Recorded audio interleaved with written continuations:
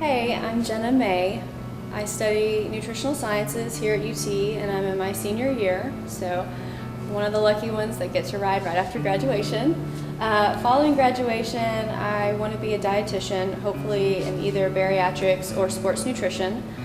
And I come from Greenville, Texas, which is a small town in East Texas outside of Dallas. I have a younger brother and an older sister, and my family and I all cycle. So that's something that we really enjoy doing together for exercise and for quality family time.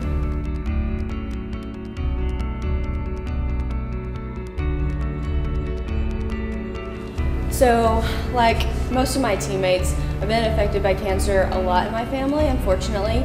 And the one that I really want to talk about, I've been affected by at least 5 different cancers, and it's killed 3 of the 5. And my dad's dad, his name was George, and he died of colon cancer whenever I was 2 years old.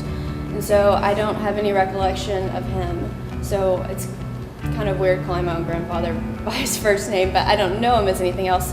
And the reason that I ride especially for him is because first of all, my parents took him to MD Anderson, but by the time they found out about his colon cancer, it was in a very advanced stage. But what's really sad about the situation was that a lot of cancers like his could have been prevented. He did not go in for regular screening. Men at a certain age need to go in regularly for colon exams, and he just refused to do that.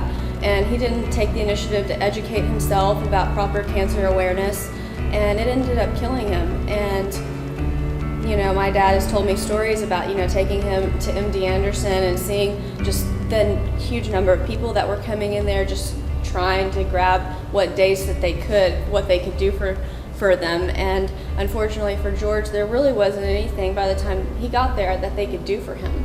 And he suffered a lot. I mean, the last few weeks that he lived were very miserable from what I understand. And I just think that it's really sad, and I really want to spread the word that a lot of cancers are preventable, and if we can just educate people and spread the awareness across the country into as many lives as we can, then maybe other people can grow up with their family and have their grandfathers, which I missed out on, and it's sad.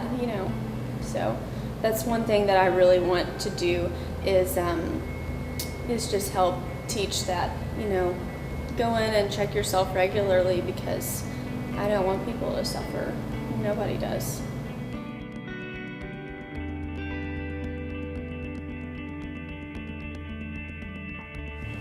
Hope is the pillar that I think speaks to me the most, because hope is a reflection of people's will.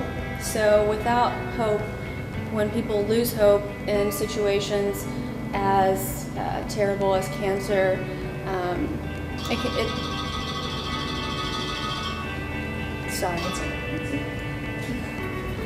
it's devastating.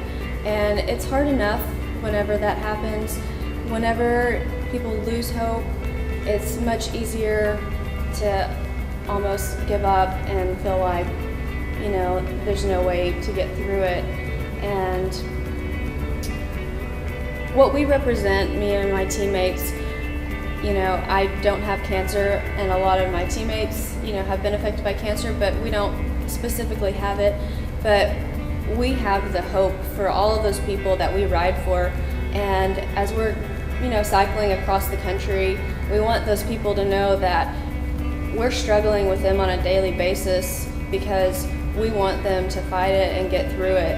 And as long as we can keep that hope alive, then we can keep them alive, and we're going to find a cure for cancer, and it's just a matter of time. And as long as those people know that they're not alone, and that we're here with them, and that they can see us doing something proactive to help fight it and raise money and cycle across the country, then it just gives them that light at the end of the tunnel that I can make it through this, and I'm going to. So it's just something that we need to hang on to and spread. So it's really important, and I couldn't be more happy to do it because it means a lot to everyone, not just me, and it's just something that